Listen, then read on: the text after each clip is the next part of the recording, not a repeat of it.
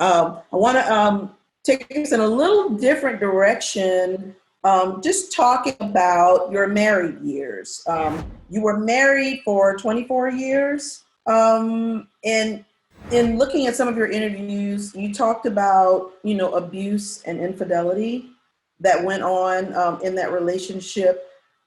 What was the conversation with Kelly when you were alone with yourself and no one else was around, especially when you looked yourself in the mirror as you were going through this married life, again, having been married so young, and then fast forward through the years all the way up until I think it was what, 43? Was Yeah, that the age? yeah, because Yes. that was 2015. Yes. 2015 when I walked away from all of that.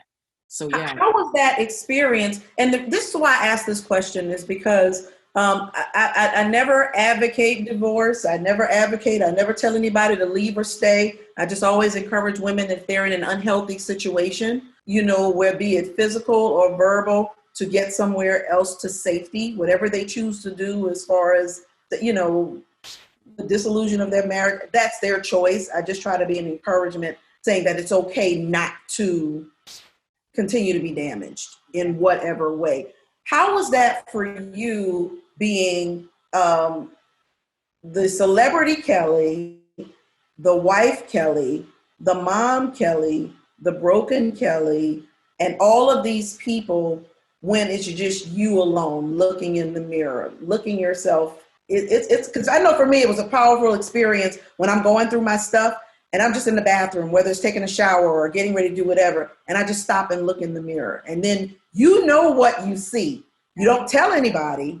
That's that feeling that we don't typically share. So I wanted you to speak to those women that right now are living in the same type of situation where when they look in the mirror, that's the only conversation they can have. And then they have to go back to all of those different roles and responsibilities. yeah, there were so many conversations that I had with myself looking in the mirror. It just really depends on at what point in marriage and in the relationship that I was. There were times that conversation was me blaming me not being pretty enough, me not being skinny enough, me not perhaps being as I'm not only am I kind of like not just I'm a strong personality.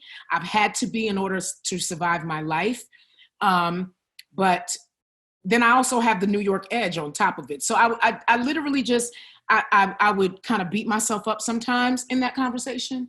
Then there were other times where I would tell myself, it'll get better. You can fix it. God is going to work it out. You can, I mean, I went through all of it. There was the church girl conversation. There was the, you want to break the cycle of divorce in the family, and you want your kids to have their dad, and we've got to figure out how to fix this because you want your children to grow up with both parents in the house. And so, I mean, I had all those conversations. What more could I do?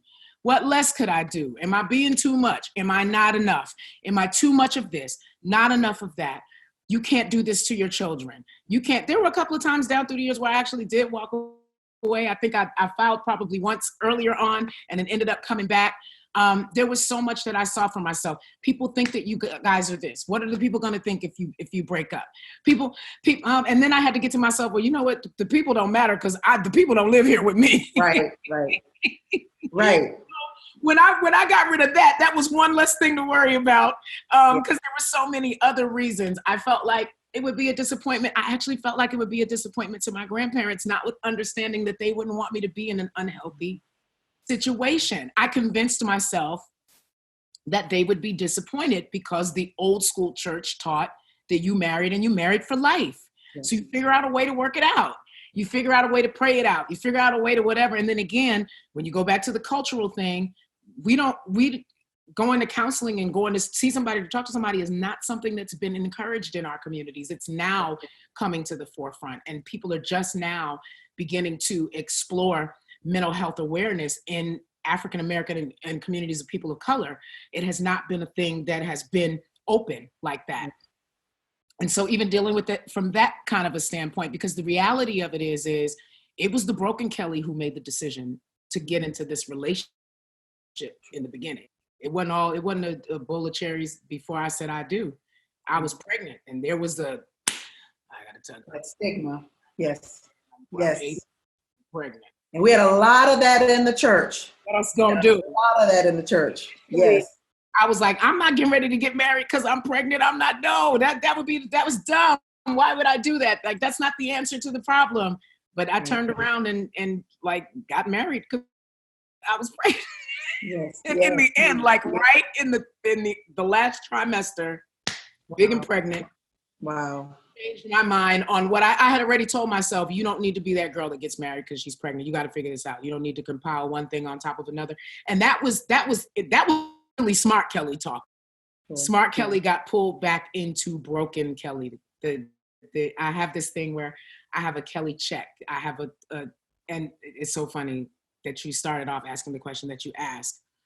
My accountability to myself is when I find myself in a time where emotions are high or whatever, like right now, the emotions ride high, and depending on the day of the week, I may be more emotional than on another day of the week, because maybe I just got some news about, something that's not going on so great with the health of, whatever, and just watching the news and seeing what's going on all over the world.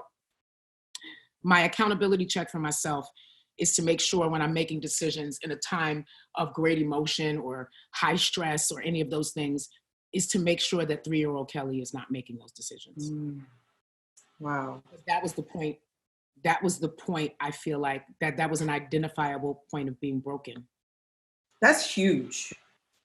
That is huge, because just exactly what you said. I remember listening to Tyler Perry when he started talking about, some of the things that he experienced in his youth. And now you're starting to hear different celebrities with the Harvey Weinstein, situation and all of this other stuff that's starting to come out. And even with the Simone Biles, talking about what happened to her. And you think about, these people are still with us. There's a part of us that is like frozen in a moment, that sometimes we allow that voice to lead us and direct us. And sometimes it isn't always positive. It isn't always healthy. And on the other hand, there are some things that say, you know what, you can survive this. You can pick up from this. You can stay here because I still need her. I still need her to remind me of where I don't want to stay stuck, where I don't want to be. And not only that, then I have to have children. And then I have to impart certain things. So I can't let that broken girl raise my children. Because if so, then it becomes a repeat cycle. And it is so important, I think, for anybody that has experienced any type of abuse, whether it be sexual, verbal, whatever it is that experience, we need to hear this, and we need to understand that we're still there. That girl or that boy is still there. It's just how we choose to allow it to govern where we are now, to make the right decisions, make the right choices. Speaking about mental health, have you ever gotten any type of counseling for what you experienced then, and even post your marriage, what you experienced during the marriage? So I definitely have sat down with someone. I have since then. And that's a thing that I would love to stress to people. Like, if you need to talk to somebody, I know you got your girls, you got whoever you trust that's in your circle, but there are times when things escalate to a point where you need another level of a listening ear and a wise answer. You need that extra layer of someone being able to give you the tools to deal when you're having these escalated times, because they're going to come. We're human. And so our bodies, our minds, our brains all have muscle memory. Sometimes it's a certain smell. Yes, a song. Yes. Of anything, a phrase, something comes on television that's like throwback to, and I'm back at Edgemere Projects all over again. Or I'm back in that house at 3 years old again. And so I have spoken with people down through the years. I actually have. It's funny that we mentioned that, because I'm about to start that again. I think it's great. It's healthy. It's healthy. Yes. It's tune up. It's keeping myself back. It's if I see any sense or of like what happens just before I get to a point where it's not a good thing. Especially being quarantined also, because then when you're quarantined, you're with yourself. And sometimes when, even the Bible tells us an idle mind is the devil's workshop, there's a reason for that scripture. Yes. There's a reason, for that. And we're being bombarded with all of this stuff. It's not that we don't need to know about it, but it's a lot. When you are in the house and you are quarantined and you are being told by the government, well, not all government, but our mayor has, thank you, Jesus, for mayor. Proud of him. Right. Yes. To stay at home. Yes. Yes, you need to be somewhere, and understanding need, not just need to get out the house, but you need something. Sure. Because my life can depend on it. Your life on it. Yes. Somebody that lives 3 states over, their lives could depend on it. Sure. We have somebody across the world. There's no way to tell where these things are initiating, and these bubbles are popping up that are spreading out across, from people who are coming in town to party here in Atlanta because there are clubs open here that aren't open in other parts of the right. country. A lot of that is happening too. And so all of it, thank God. Yeah. So I'm literally about to walk back into that phase. And for me, it's just to stay even, and it's to stay balanced, and it's to, because this is something that none of us have ever lived through before. I'm pretty sure the people that are counseling are probably talking to somebody at this point. But you know what? And I believe that you're right. Because I think at this point, we all need it. We all need some type of outlet or some type of counsel or some type of maybe even redirection or something to help us get back centered or focused. Doesn't mean that we're crazy. It doesn't mean that, we got mental issues. That label. I think it's smart to be proactive. Yeah. When that is you get help if you think you need it. I could not agree more. And that takes us into talking about self-image. Given some of the challenges you experienced in your youth behind your talent, which is without question incomparable, how do you feel about Kelly? I think Kelly is a pretty cool girl. Finally. I think so too. I finally got there. I used to judge myself on all of these impossible standards that were being bombarded, and I'm just as guilty as everybody else. It wasn't as flagrant and in your face then, because there was, we didn't have, again, we had magazines, and we'd be looking at magazines like, yeah, okay, that is definitely not me. But you didn't have it 24 hours a day. You didn't have phone filters, a gazillion selfies in your face from people who are, and we have to remind ourselves we're looking at images that have been retouched, touched up, light corrected, all people check. You can literally take a blank face with a filter, put on a full face of makeup. So I finally gotten to a place where I can say, you know what, Kelly, you're a pretty cool person, just for all that you've endured. And you can still smile, and you can still pay someone else a compliment, and you can still see the goodness in people and find good things in the world to promote and to discuss and to talk about, and to choose that you will walk out a life that is filled with joy. It doesn't mean that every day is my best day, but I choose joy because I've lived the other thing, and I didn't like it. Right. And that's smart, because if I made this choice and it didn't work for me, why would I stay in it? Yeah. Let me find anything else has to be better.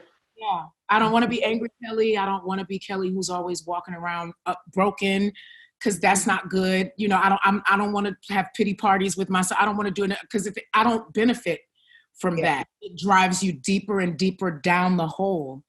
And the deeper you go, the harder it is to climb out of it. So there are days when I'm in the house where I'm like, okay, this is not feeling like it's going to be the best day. So we're going to put on some happy music. Yes.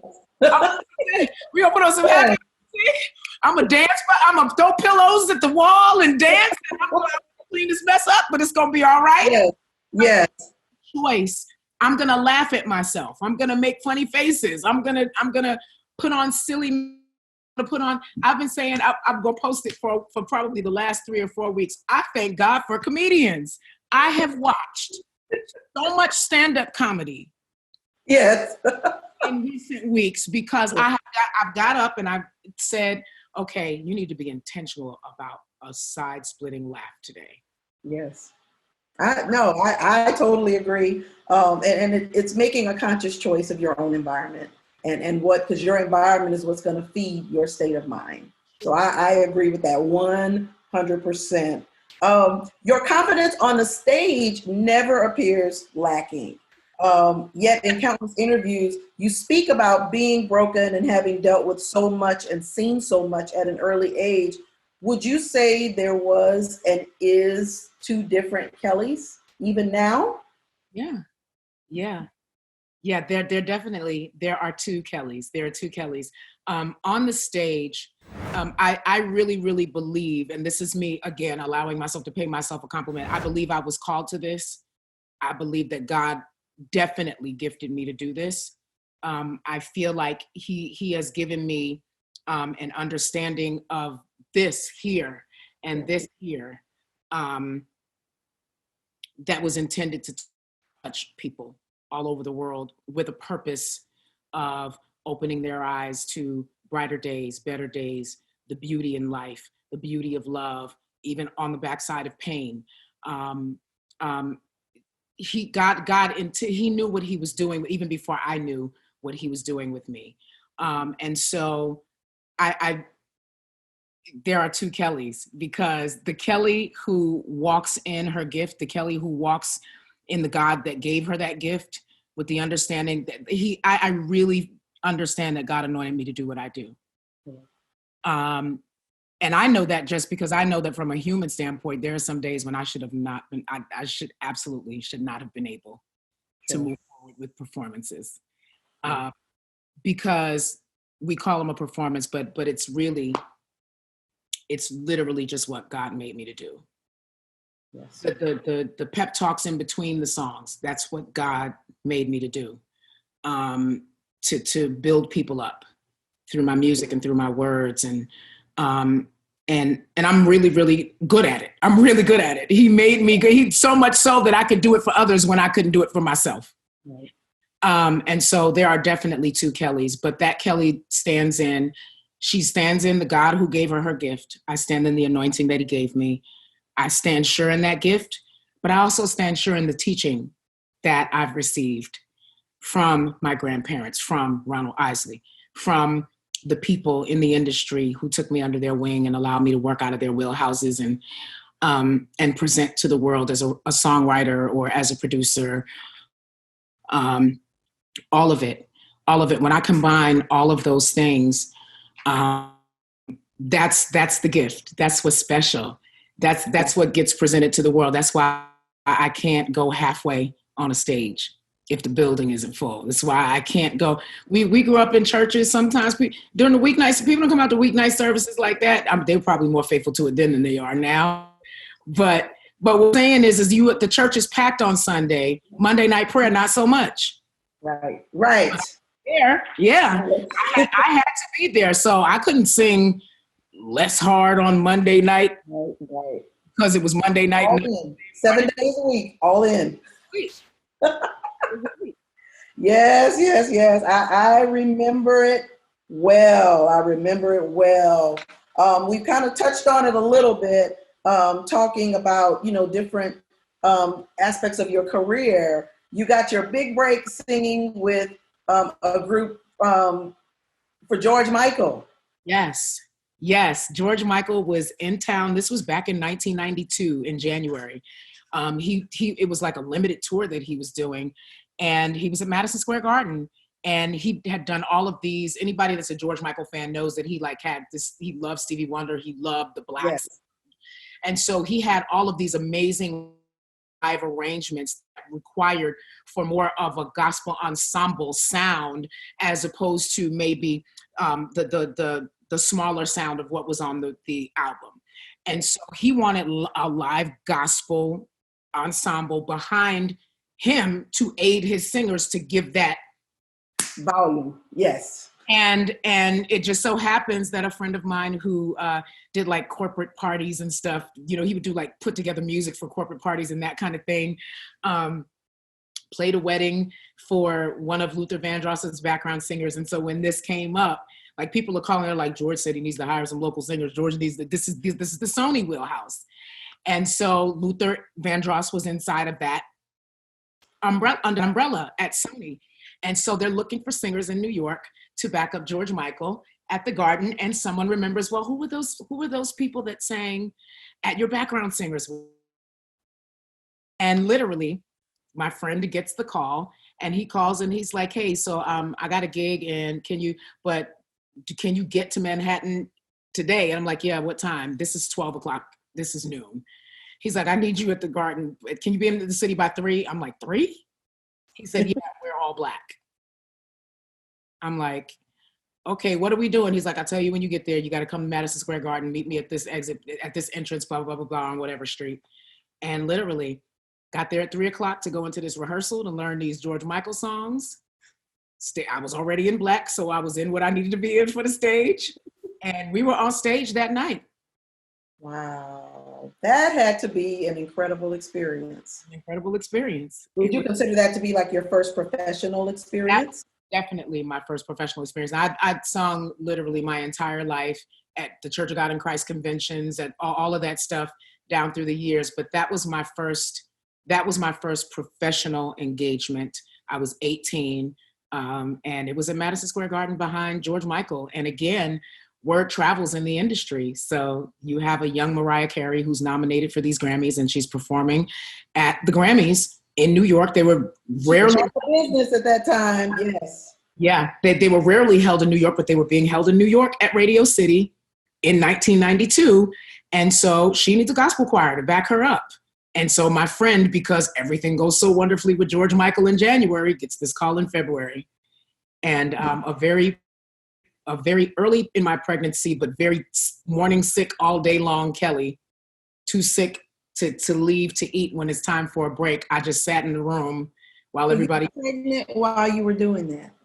Wow, that's a big wow. I mean, how did you feel being catapulted into the world of the heavy hitters, people that you saw on TV? So what I think prepared me for that was coming up in not only just a musical family, but being a part of a church organization where at the conventions when they do the musicals, my sister and I could be on the same program with the Winans, with the Clark sisters, mm-hmm. the Hawkins family, with Andre Crouch and the Crouch singers. They were all Church of God in Christ kids, young adults. And so when you talk about growing up in an atmosphere like that, working with Dr. Mattie Moss Clark as a kid, literally, they had the National Sunshine Band Choir, which was the kids' choir, but she remembered hearing me singing the state choir in New York when she would come to New York to do workshops. Which is huge for Mother Mattie Moss Clark. We would go to the national convention. She would say to me, I don't want you to go to the children's rehearsal. I want you to come and sing in the adult choir. Wow. And so I was singing in the adult choir instead of the Sunshine Band in the national conventions when I was 12, 13, 10, 11, 12, 13. And so I think things like that in their own way set the stage for me to be prepared to be propelled into this atmosphere, because if you had no confidence, what you didn't want to do was come on at a midnight musical after the club. Right. Which still dealing with heavy hitters, even, in the church world. Listen, they were our rock stars. Yeah. They were our rock stars, and they were who I looked to in my early years when you're talking about just looking at what it could look like, because the Clark sisters were on my television at the Grammy Awards. I remember seeing them on the TV, and I was like, I would love to do that. I in my mind, if it happened, it would happen from a standpoint of, oh yeah, but I'll probably just, if I ever make a record, it'll be a gospel album, and I'll just sing in churches and it'll be fine. But this is me as a kid having this conversation with myself in the 80s. And, and I could have never imagined that it would be everything that it's been. Because in my mind, I was going to go to get an education and get a job because I didn't want to be broken. I didn't want to be poor, and I didn't want to have to stand in line for cheese anymore. And I didn't want to outside anymore. I didn't want to have to if I was inside, be inside with no lights and no gas and no heat, no water. And so in my mind, I'm like, you got to get an education so you can get a good job. And, you know, you can you'll be one of those ladies that has the cute little suits on, and you put your heels in your bag, because that was the thing in New York. You put your heels inside your bag and you wear your sneakers with your little tube socks so you don't tear your stockings up. And then when you walk from the train to the office, and when you get to the office, you take off your sneakers and you put on your shoes and you work your professional job in the city, and you train at home, but you can still sing, because you can sing on the weekends. Because as a kid, I sang on the weekends. There were musicals everywhere all the time, like Friday night, Saturday nights, and you could be out at a musical all night long and then sit up in the diner until 4:00 in the morning if you want to, or night, but you better be at church, not on time, early. You better be on your knees in prayer before the mothers come in. Absolutely. But so our weekends were loaded up like that anyway, with just like singing at different churches for choir anniversaries and programs and that kind of thing. And so in my own way, on a small scale, but it was big, kind of prepared. I was always being prepared. And even when I didn't know it, but just having that teaching, having that understanding, knowing that every time you open up your mouth, don't depend on the microphone, because we go into churches, and honestly, unless you were going to a huge church, a lot of these churches didn't have good systems. So you need to be able to propel, and you need to be able to get it out, and they need to hear you at the back of this building. So there was no, I've always been in training for the life that I was to live. And I feel like even for the life that I still have to live, I'm in training for that now. So seeing it like that, knowing that there's more life to live and more lives to touch and more to do, more work to do, and all of it, I'm in training while on the job. Sure. Life is on the job. And probably will be from now until you are no more. On the job training. Tell me about your new single. I know you wrote it a long time ago, but you released it now. And it's my understanding it was a lot to do with being a judge on Sunday's Best.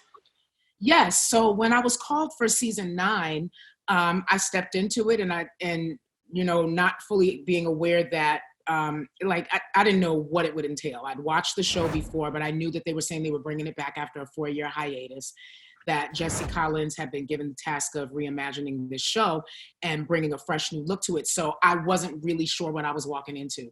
But that said, walking into being a judge at Sunday Best and seeing what it was, when we got towards the end of the season and they were telling us what the finale was going to be, they were saying they would love it if they could get a performance out of all the judges. And it wasn't something that was mandatory. They just asked if we wanted to do it.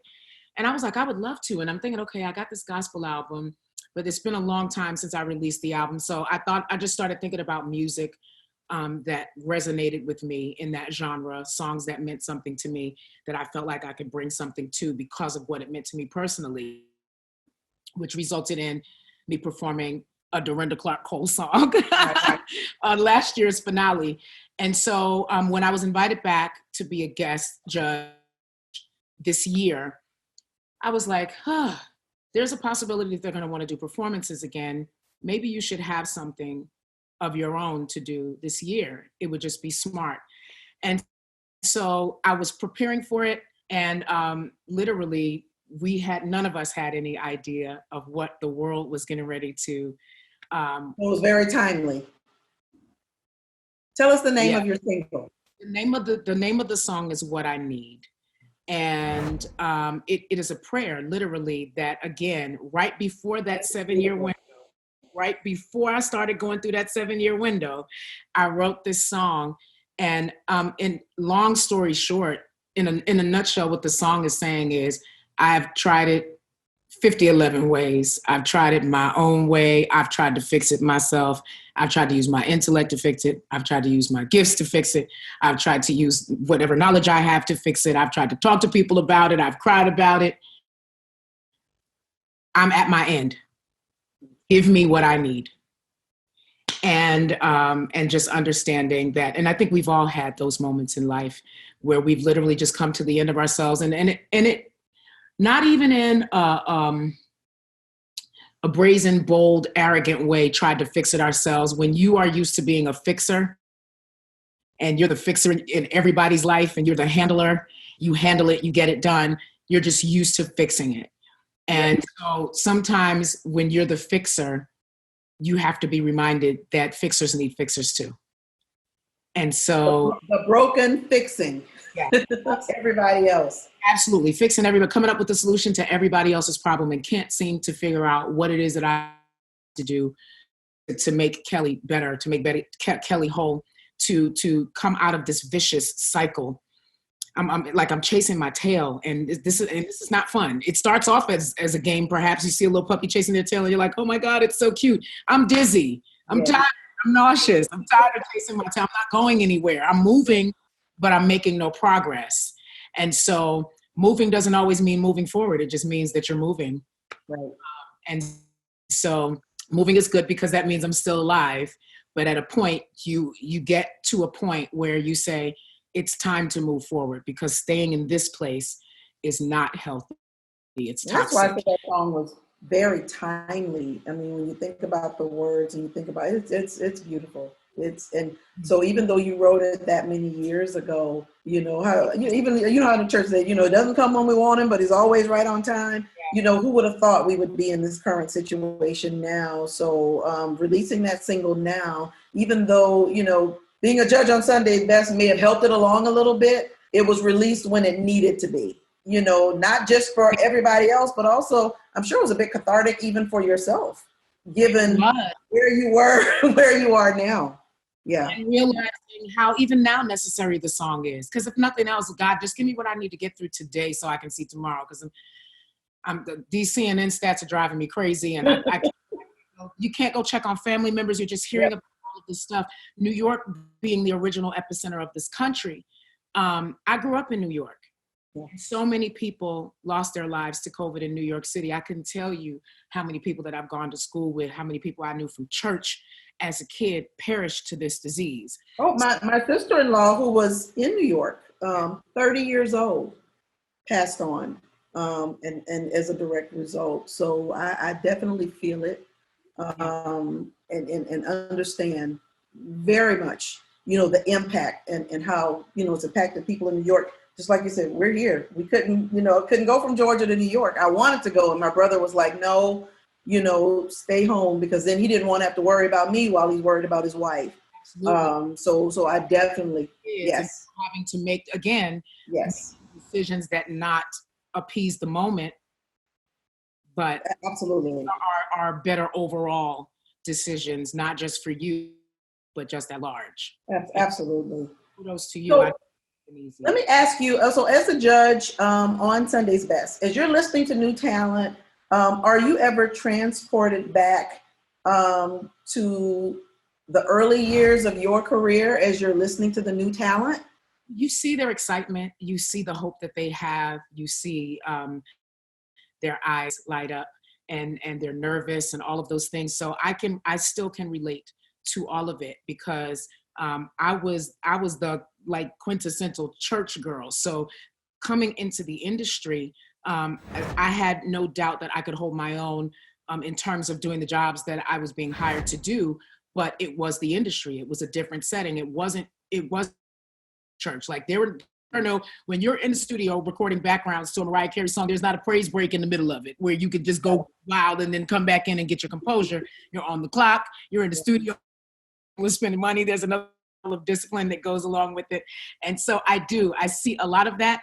And so in having to critique them and bring that kind of an awareness to them, because these are church kids and they're just like, well, the Lord, and I'll be like, yes, the Lord. But when people are spending six figures on you to put a record together and market you and shoot a video, they're not here to talk about the Lord. They're here to talk about how they can get a return on all their dollars. And so I have that moment a lot throughout the season. And I don't know how much of it. Because they have to understand the professional side of it as well as the spiritual side. Most importantly, we do know, but they also need to understand at the end of the day, it's a business. You have a responsibility. And the reality of it is when you're hired to as a part of the production for a show like Sunday Best, or when you're hired to work as an A&R or a marketing person at a label that is gospel or inspirational, the prerequisite is not that you are Christian or even a believer. The Christian is, can you do the job? The prerequisite, is, can you do the job? Right. So in understanding that, if they're made to understand that you're possibly going to be sitting in a room full of people that don't even share your faith, but they are responsible for making the decisions on what will happen with this music that you're putting out. That's the thing. A lot of times I find that I have to drive home, because if you're used to just, being in the church, and if you can make a dance real good, then you've done your good singing. But in the aspect of business, they don't care about that. They really don't. Yes. Oh, I think it's important. Yeah. Having your level of expertise and given your own, especially having started so young, you can give them a perspective, that can really kind of lead them in the right direction to understand, what the industry is all about. And it's a responsibility when people decide that they have enough faith in your talent to dedicate those kinds of dollars to the making of your career or the establishing of your career. You actually have a responsibility to do your part to make sure that everything from your end is what it needs to be to get these records sold, to get it out there so that radio will want to play it. And it can put you in front of the audiences that you want to be on, so you can grow your following and that kind of thing. But they want a return on their investment. And so if you think about it, it's different in that, but if you're talking about just this, a system, when God invests something in us, he invested this talent in me. Yes. The return on that was for me to then take it and use it to bring, glory to his name, to bring hope to people, to bring happiness to people's lives, joy to people's lives, healing to them where they hurt through the words of my songs, through this ability to write that he's given me. And so that's how I give God a return on the investment of giving me to write and to sing and to share it and help somebody else along, that you can impart some of the things that you learned along the way, some of the mistakes you may have made, or some things that you may not have known, being able to impart those things in them so that they can at least have like a leg up. Absolutely. And don't have to necessarily find out the hard way. The everyday saying of it is pay it forward. That's basically what we're doing. We are, if saying that, if you don't want to have the God conversation, what you're still doing is paying it forward. When someone invests something in you, whether it's someone helps you pay for your education or you get through school or just whatever it is, paying it forward in that respect so that someone else gets an opportunity because someone decided that they believed in you enough to give you a chance. And so for every bad break I had in my life, I was determined that if I ever got a good break, that I was going to maximize it. And so I'm grateful that the opportunity showed up and I was ready for it when it showed up. That's the whole thing. Preparing yourself. It doesn't matter what it looks like today. Right. You have to be steadfast in preparing yourself for the unseen opportunity, because when it shows up, it's going to show up at a time that you're not expecting it, most likely. And you need to be ready when it does. Yeah, absolutely. There won't be time to prepare. So tell me about some of your current projects you have going on right now. Okay, so I am in the process of finishing my gospel inspirational EP. Need, as we already discussed, has come out already. And unfortunately, I had to scrap the video shoot. I was actually planning to shoot my video in New Orleans in April. Oh, wow. I had to cancel my video shoot because of the COVID crisis. And so I'm in the process of trying to figure out how to get a video done in this sequestered space. And getting it all pieced together and still trying to have the footage and stuff that I would have had if I was on site and on set in New Orleans. So trying to reconfigure that while finishing my gospel EP, while finishing my next R&B EP, and literally just kind of taking a moment to breathe and listen and write. And in between, because we discussed it, heal, because I have lost loved ones in this time. And so I'm staying busy because it's necessary, but practicing awareness of self so that when I need to take a break, I'm not pushing myself too hard, and doing that as well. But I'm really being intentional about paying closer attention to other things. I have a friend, longtime industry colleague, who has started this mental health awareness initiative. And it's become so necessary for her platform to step up Yes. this point in time because of what people are dealing with. And with people, there are a lot of people who are riding this thing out at home alone. There are some people who, when they knew they were going to have to flown someplace else to be with family, for some people that wasn't an option, and because they didn't know if, when, at what time they need to be ready to go back to work, when their jobs were going to reopen. And so the world is just in a different place right now. So I'm working from home, and really just trying to see how to execute things now, because we had plans for everything, but it required, being in the presence of others and a lot of interaction and a lot of travel. And so now just trying to figure out how to redo it and recreate online platforms so that we can still be there for our fans. I still feel a responsibility to be available to pour in to the people who trust me with their ear and trust my heart when it comes to hearing things that are uplifting. So just trying to find the right avenues to do it, the ones that make sense. I don't want to overdo it. I don't want people to get sick of me because every time they look up, I got another 20, 30 minute, whatever, but just being in the right places at the right times, even if it's virtually, and figuring out how to do that in a way that makes sense for everybody. Because I know that a lot of people are doing a lot of different things, but I think what people need to be offered is some hope, and everything isn't about $1. And so everything should be for play platform, and no disrespect to those platforms, because people still need to eat and live. And if you've got people that work for you and musicians that were counting on, singers and musicians that were counting on getting on the road, because I had a calendar that was all the way through till the end of the year. And as of right now, there is no travel scheduled. It's not happening. And for the people that travel, I know that they were counting on those dates, for whatever. And so just trying to make it all make sense, and find myself where I can still be in a position to while going to do what I do, that I'm able to kind of give back in all of it as well. And nurture those that need to be nurtured while I'm trying to take care of myself at the same time. And can't do everything, can't do it all. I'm not Superwoman. My name is Kelly. But really just trying to bounce. I think I'm doing like everybody else. I've never lived through a pandemic before. I've never been on some days what feels like house arrest before. But it's necessary for me to be disciplined and stay my hind parts in the house. Because it's not about me getting sick. Somebody else might get sick if I go out, Absolutely. Yeah. No, and that's very smart.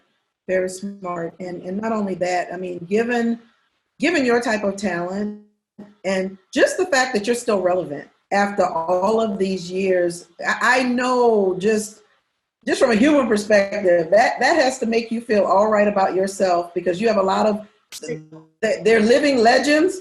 But, people think of them as back in the day. We don't think of Kelly Price as back in the day.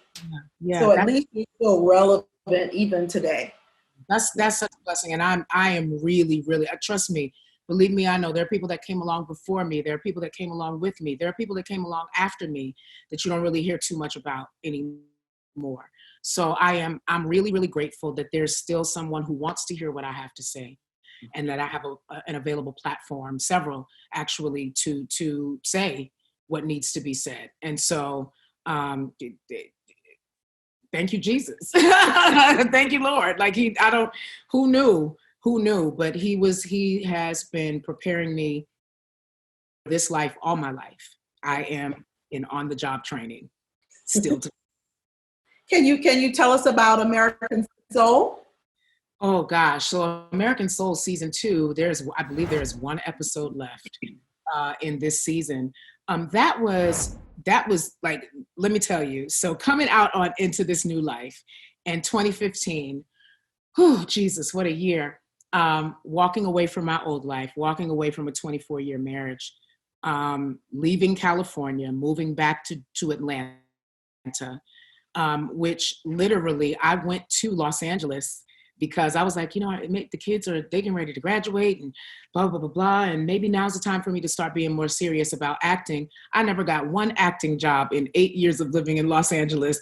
Moved back to Atlanta, timing and God's timing and all of that there's something really people need to understand. That's a real thing. I lived in LA for 8 years and got one acting job. I moved back here in 2015 and got hired for Saints and Sinners like 30 days after I moved into my new place. Wow. Wow. That's awesome. That's awesome. Well, we're definitely going to look for more of you on the screen as well as on the stage. And we're going to kind of wrap it up with what I think is kind of fun, word association. So I will call the word out to you, and then you tell me, what's the first thing that pops into your mind. And then after that, our topic was defining beauty, loving me. And so actually, before we do the word association, if you can just tell us really quick, how do you define beauty as it relates to loving Kelly? Ooh.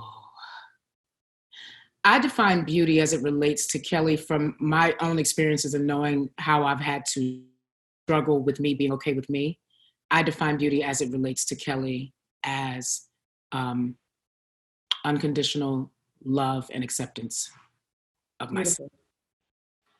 If I'm in my fat clothes, if I'm in my skinny clothes, because my closet ranges, it goes like that. It depends on what side of the closet I go to. Right. But unconditionally loving myself, when I am my best self, when I can unconditionally love myself. Because if I can unconditionally love myself, then that means I can also forgive myself. Because everything isn't everybody else's fault. There's some just dumb things that I did. I just made poor choices. I made bad decisions. I didn't nip it in the bud quick and it lingered too long. I didn't speak up when I should have. I was afraid I was going to hurt somebody's feelings, and all it ended up doing was hurting my bottom line, or maybe hurting me in another way. Being okay with Kelly, and that means being unconditionally loving me, always prepared to forgive me. Good. Because I found it easier to forgive other people for doing things to me than I've been able, because I hold myself to a high standard. So I'm like, yeah, but you know better. When I'm talking to myself, I'm like, but that was dumb. And I'm really hard on myself. And so that's how I define beauty, because it's hard for me to see beauty in me when I am bashing myself, or when I'm not loving myself, or if I can't forgive myself for, misstepping or misspeaking. The easiest way for me to see the beauty in me is to first be okay with loving me. And on this journey to self-love, being inside of this journey to self-love, I actually see how it's changed just the countenance in my face, because I for the first time over these last few years, I can honestly say that I love Kelly, not in a narcissistic way, right, but in a way where I love me enough to never allow myself to be put in a situation, or stay in a situation if I discover it after I'm already in it, that is not beneficial to my well-being. Wow, that's beautiful. And that's what I was hoping to hear. And I wanted our Hello Beautiful audience to hear, because it's almost kind of like, you've come full circle. This is where I was and this is where I am now, but I'm still evolving and I'm still growing and I'm still learning. So no, that's awesome. My grandmother is 94 years old. My grandfather left us at 94 years old. I plan on having a long life, which means I've got a lot more life to live, because I'm 47. I plan on being on this planet and being loud and singing for at least another 50 years. At least.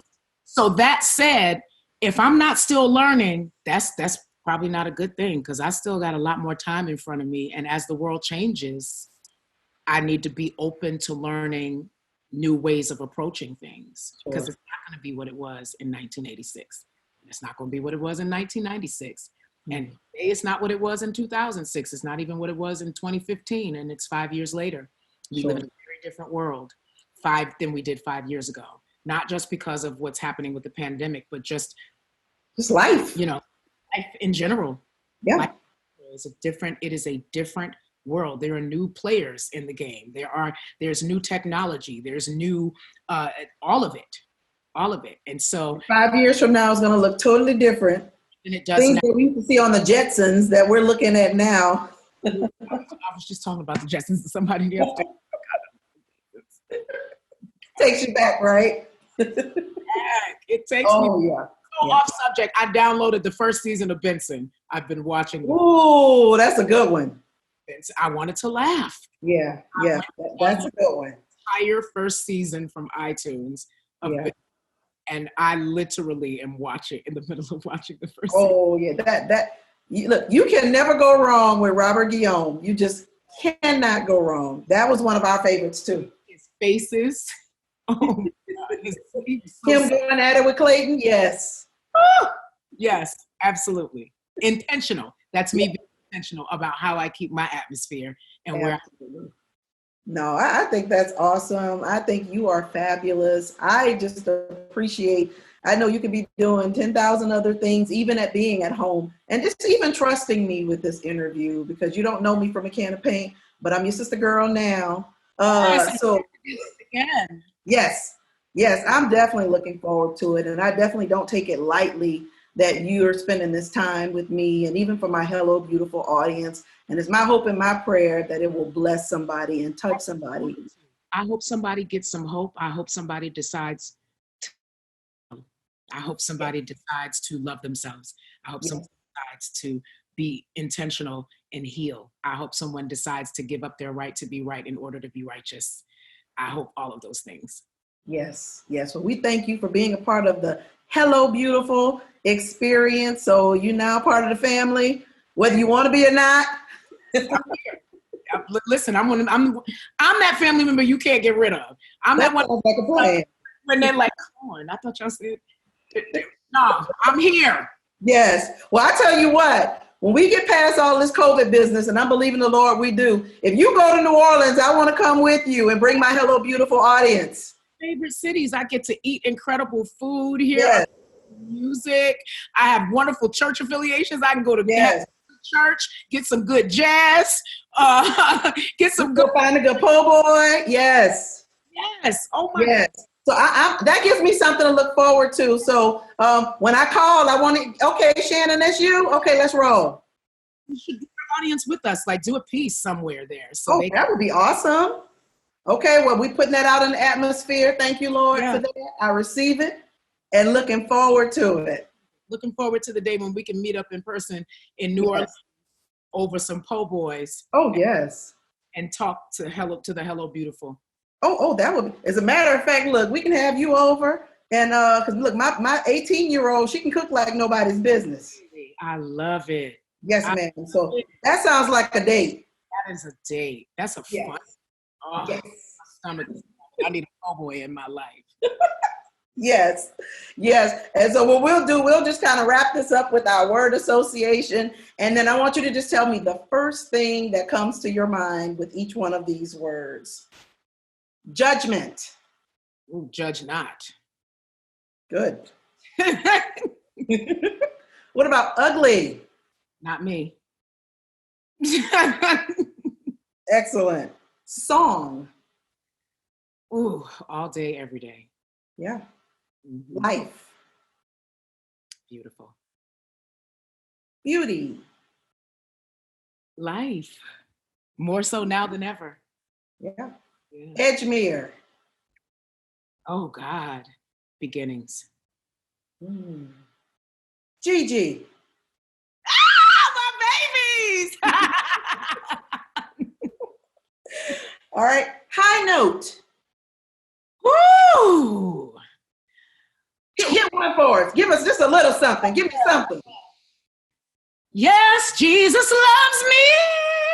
I almost didn't hit it. I'm sitting down.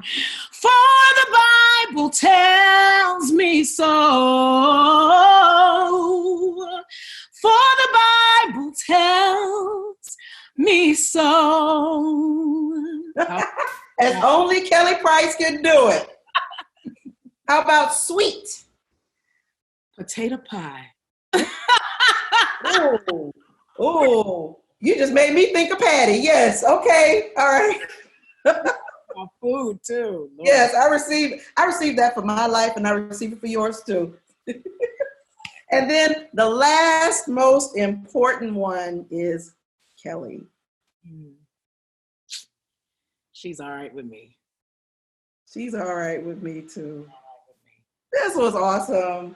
Oh, this was awesome for me. I guess even for my own selfish reasons, if I had to just sit back and just watch this all by myself, I Do what tell you you got. what, I believe my Hello Beautiful audience is going to enjoy it and appreciate getting to know Kelly, the person. Like I said, we got enough stuff out there in the atmosphere.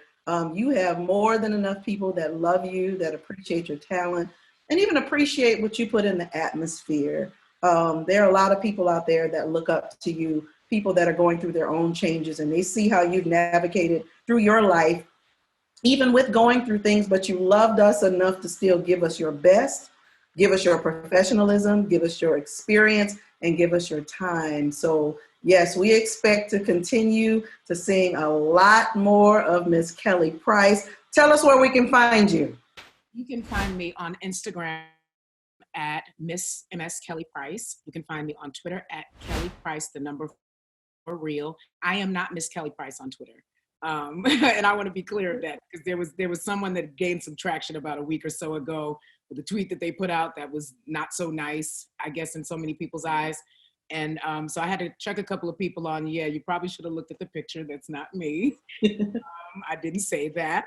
So I am Kelly Price for real on Twitter. And I'm the official Kelly Price. Just look for the blue check marks. That will always help you to know. Verified. I am verified. All of my pages are verified with a blue check. And yeah, I'm not asking you for money. I'm not asking you to send me money via PayPal for my foundations or any of that. Hold on to your money, feed your families, stay healthy, stay safe, stay wise. And then www.kellyprice.com, the relaunching of my new website actually just happened. And so this is perfect timing. You can always go to www.kellyprice.com. That will lead you to my official places in social media world online as well, if you're looking for me. But yeah, I'm simply Kelly from Queens, New York. Awesome. Well, I thank you, Miss Kelly Price, my sister girl. We're looking forward to some future ventures. Ho boys, yes. We're gonna go to the Who Dat Nation. Yes. But thank you so much. I hope you enjoy the rest of your day. I love you and appreciate you for sharing with my Hello Beautiful audience. And you continue. Thank you, Kelly. And stay healthy. Thank you. So much. Take care. Bye-bye. Bye-bye.